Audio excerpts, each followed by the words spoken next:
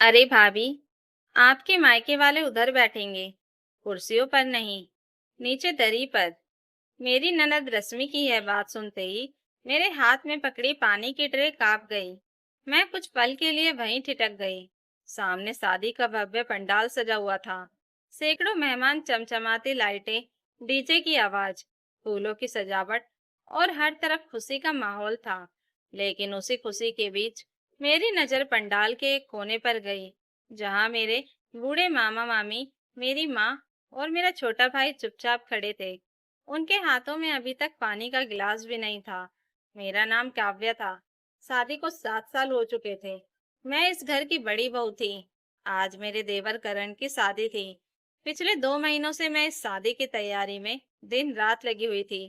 Card से लेकर catering तक, गैस ट्रीट से लेकर सजावट तक, हर काम मैंने संभाला था। यहाँ तक कि जिस दुल्हन से आज करण की शादी होने वाली थी, उसका रिश्ता भी मैंने ही सुझाया था। लेकिन इस घर में मेरी एक ही कमी थी। मैं एक साधारण परिवार से आई थी। मेरे पिता स्कूल में क्लर्क थे, जो अब इस दुनिया में नहीं थे। माँ ने सिलाई करके मुझे पढ़ाया था, जबकि मेरी ननद रश्मि को हमेशा अपने ससुराल की दौलत और अपने पति के बिजनेस पर घमंड रहता था। उसे लगता था कि मेरा मायका उसके शान के लायक नहीं है। सुबह से ही मैं भागदौड़ में लगी हुई थी। मेहमानों को संभाल रही थी, स्टाफ को निर्देश दे रही थी। लेकिन जैसे ही मेरी माँ और रिश्तेदार आए, मैंने देखा कि उन्हें बाकी मेहमानों से अलग रखा जा रहा है। पहले मुझे लगा शायद कोई गलतफहमी होगी, लेकिन कुछ देर बाद मैंने अपनी आंखों से देखा कि जहाँ बाकी लोगों के लिए कुर्सियां और सोफे लगाए गए थे, वहीं मेरे मायके वालों को पंडाल के पीछे दरी बिछाकर बिठाया जा रहा था। मैं तुरंत रश्मि के पास गई। रश्मि, यह क्या हो रहा है? मैंने पूछा। उसने मुस्कुराकर कहा, कुछ नहीं भाभी, इतने लोग आए हैं, जगह कम पड़ गई है। लेकिन तभी मैंने देखा कि सामने कई कुर्सियां खाली थी। मैं सब समझ गई। मैंने कहा, उधर तो सीटें खाली हैं। रश्मि का चेहरा बदल गया। वह मेरे कान के पास आकर बोली, भाभी, हर किसी को उसकी औकात के हिसाब से जगह मिलनी चाहिए। उसके शब्द मेरे दिल में तीर की तरह चुभ गए। लेकिन मैं शादी का माहौल खराब नहीं करना चाहती थी, इसलिए चुप रह गई। कुछ देर बाद खाने का समय आया। मेहमान एक एक करके भोजन क्षेत्र की ओर जाने लगे। तभी मैंने देखा कि मेरे मायके वालों को फिर सबसे पीछे रोक दिया गया। बाकी लोग बुफे के सामने खड़े थे और उन्हें कहा गया था कि पहले वीआईपी मेहमान खाएंगे। मेरी माँ चुप थी।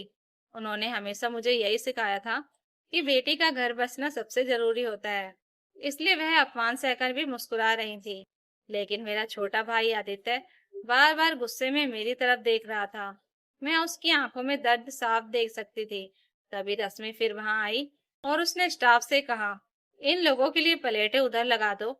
मैंने देखा कि पंडाल के बाहर, जहाँ ड्राइवर और स्टाफ खाना खा रहे थे, वहीं दरी पर मेरे मायके वालों के लिए प्लेटें रखी जा रही थी। इस बार मेरे भाई से नहीं रहा गया। उसने कहा, दीदी, अगर हम इतने ही बोझ हैं तो हम चले जाते हैं। मेरी आंखें भर आई, लेकिन माँ ने उसका हाथ पकड़ लिया। नहीं बेटा, आज तेरी बहन के घर की खुशी का दिन है। मैं चाहकर भी कुछ नहीं बोल पाई, क्योंकि मेरी सास सरोज देवी भी वहीं खड़ी थी और सब कुछ देखकर भी अनदेखा कर रही थी। उधर मेरे पति विकास मेहमानों के स्वागत में लगे हुए थे। उन्हें अभी तक इस अपमान का पता नहीं था। शाम होते होते मेरी माँ की तबीयत बिगड़ने लगी। वह कई घंटों से बिना खाना खाए बैठी थी। मैं उनके पास गई और कहा, माँ, आप अंदर चलिए। लेकिन उन्होंने मुस्कुराकर कहा, बेटी, चिंता मत कर, मैं ठीक हूँ।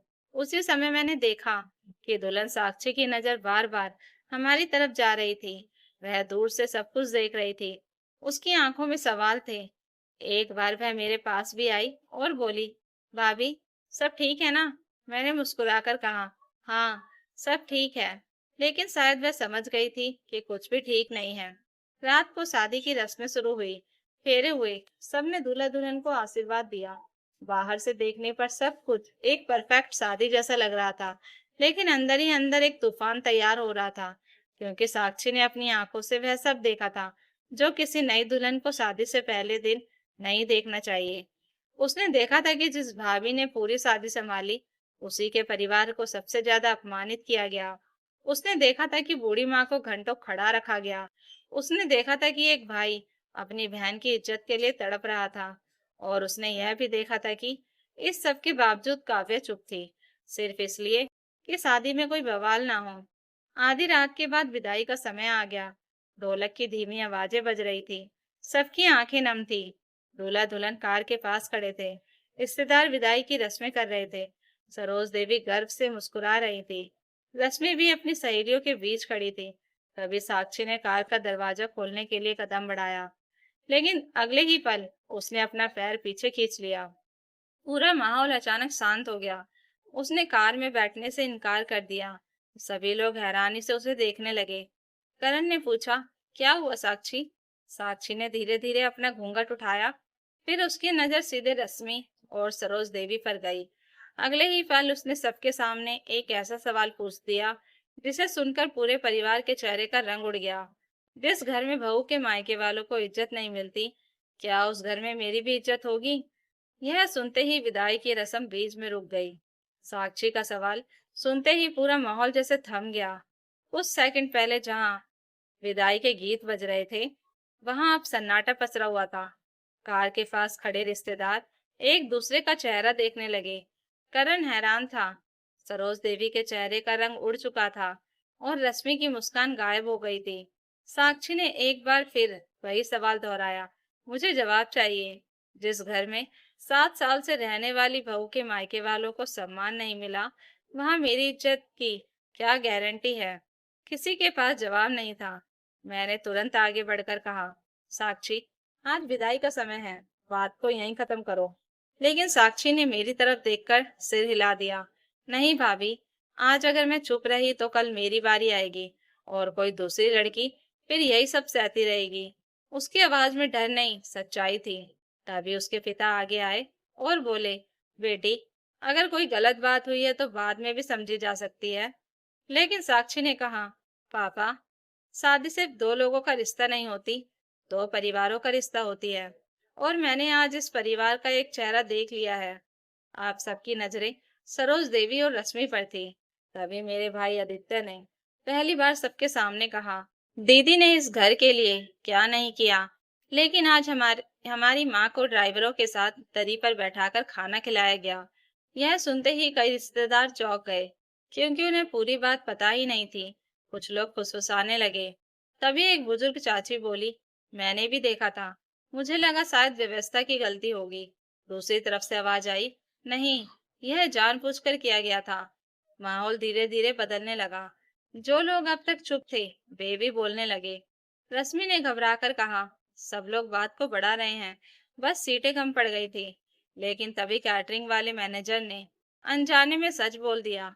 उसने कहा, मैडम, आपने ही तो कहा था कि उन लोगों को पीछे बैठाना है। उसके इतना कहते ही रश्मि का चेहरा सफेद पड़ गया। अब उसके पास बचने का कोई रास्ता नहीं था। साक्षी ने उसकी तरफ देखा और बोली, तो यह गलती नहीं थी, फैसला था। रश्मि चुप हो गई। तभी करण आगे आया। उसकी आंखों में निराशा थी। उसने अपनी बहन से पूछा, दीदी, आपने ऐसा क्यों किया? रश्मि के पास कोई जवाब नहीं था।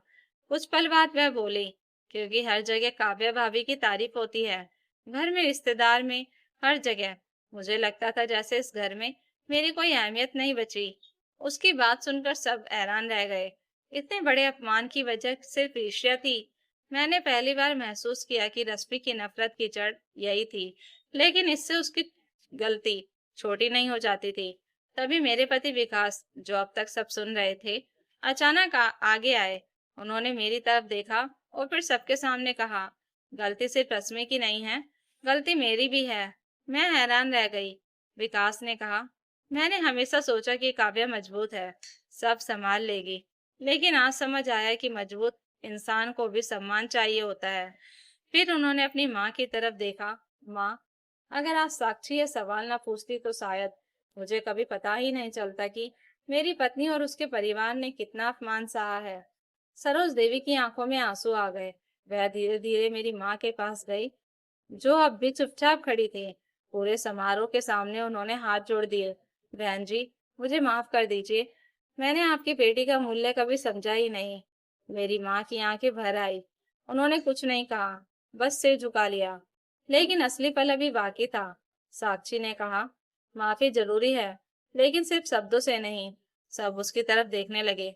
उसने आगे कहा, आज इस शादी की सबसे बड़ी मेहमान काव्य भाभी की माँ है, और मैं अपनी विदाई तभी करूंगी जब उन्हें वही सम्मान मिलेगा जो किसी भी सम्मानित रिश्तेदार को मिलना चाहिए। पूरा परिवार चुप था। अगले ही पल करण ने खुद आगे बढ़कर मेरी माँ का हाथ पकड़ा और उन्हें सबसे आगे वाली कुर्सी पर बैठाया। विकास ने आदित्य को अपने पास बुलाकर गले लगा लिया। रिश्तेदारों ने तालियां बजानी शुरू कर दी, लेकिन सबसे बड़ा झटका तब लगा जब साक्षी ने कहा, और एक बात, मेरी पहली विदाई की रस्म काव्य भाभी करेंगी। यह सुनते ही मेरी आंखें भर आई। हमारे समाज में अक्सर यह रस्म परिवार की बड़ी महिलाओं को दी जाती है, लेकिन साक्षी ने सबके सामने मुझे वह सम्मान दिया जिसकी मैंने कभी उम्मीद भी नहीं की थी। रश्मि सिर झुकाकर खड़ी थी। शायद पहली बार उसे एहसास हुआ था कि किसी को छोटा दिखाने की कोशिश में वह खुद कितनी छोटी हो गई थी। विदाई की रस्म दोबारा शुरू हुई, लेकिन अब माहौल पहले जैसा नहीं था। अब लोग सिर्फ दुल्हन की खूबसूरती की नहीं, उसके साहस की बात कर रहे थे।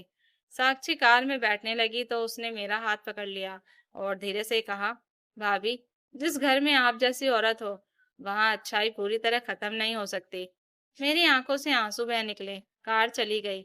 मेहमान धीरे धीरे जाने लगे, लेकिन उस रात के बाद इस घर में बहुत कुछ बदल गया। सरोज देवी ने पहली बार घर के सामने, सबके सामने स्वीकार किया कि मैंने बरसों तक इस परिवार को संभाला है। विकास ने मेरे हर फैसले में मेरा साथ देना शुरू कर दिया, और रश्मि, वह कई दिनों तक किसी से नजरें नहीं मिला पाई। कुछ महीनों बाद जब घर में एक और पारिवारिक समारोह हुआ, तो सबसे पहले निमंत्रण मेरी माँ के घर पहुंचा। इस बार उन्हें सम्मान की सबसे आगे वाली सीट दी गई। खाना सबसे पहले उन्हें परोसा गया, और यह सब किसी दिखावे के लिए नहीं था, बल्कि इसलिए क्योंकि एक नई दुल्हन ने विदाई के पहले एक ऐसा सवाल पूछ लिया था जिसका जवाब पूरे परिवार को अपने व्यवहार से देना पड़ा। सालों बाद भी रिश्तेदार उस शादी को याद करते हैं, लेकिन दूल्हे के कपड़ों या सजावट के लिए नहीं। वे उसे इसलिए याद करते हैं क्योंकि उस दिन एक दुल्हन ने विदाई रोककर सबको सिखा दिया था कि जिस परिवार में बहू के मायके का सम्मान नहीं होता, वहां कोई रिश्ता वास्तव में सम्मानित नहीं होता। और उस रात पहली बार मुझे लगा कि 7 साल की मेरी चुप्पी बेकार नहीं गई, क्योंकि मेरी आवाज भले ही नहीं उठी, लेकिन मेरे सम्मान के लिए किसी और ने आवाज उठा दी थी। तो दोस्तों, अगर आपको यह कहानी अच्छी लगी हो तो कमेंट करके जरूर बताइएगा, और नई कहानियों के लिए चैनल को सब्सक्राइब जरूर कर लीजिएगा। Thank you for watching.